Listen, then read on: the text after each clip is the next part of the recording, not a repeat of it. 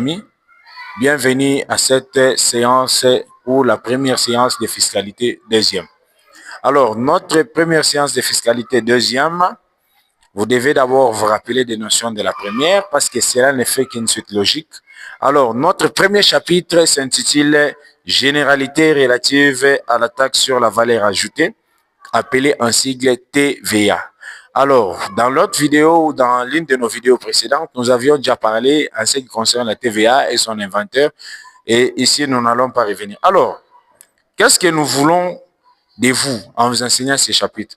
Nous voulons que vous puissiez connaître d'abord la définition de la TVA et puis, deuxièmement, que vous soyez capable d'identifier et de citer les signes principaux et les caractéristiques de la TVA. Donc, premièrement, après cette leçon, vous devez être capable de définir la TVA et de citer les caractéristiques de la TVA. Alors, premièrement, parlons de la définition.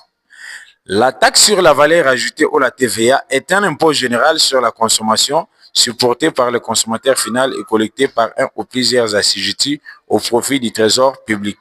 Alors, quand nous disons que c'est un impôt payé par le consommateur final, c'est-à-dire quoi? Comme nous l'avions expliqué, la taxe sur la valeur ajoutée a été mise en place pour supprimer certaines taxes qui existaient à la consommation, à la production, tout ça.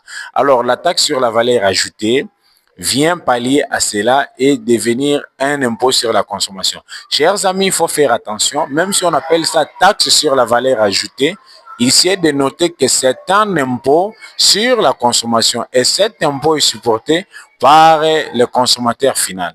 Exemple, je suis allé à la librairie et j'ai payé ces livres.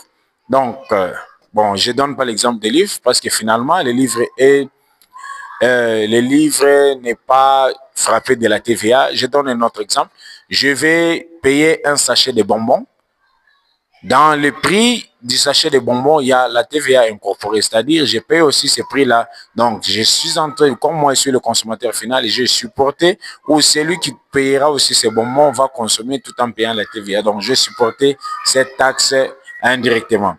Alors, les principaux éléments qui sont contenus dans notre définition, il faut connaître d'abord que la taxe sur la valeur ajoutée ne reçoit pas une contrepartie. Et la non-réception de la contrepartie, nous savons bien que c'est l'une des caractéristiques de l'impôt.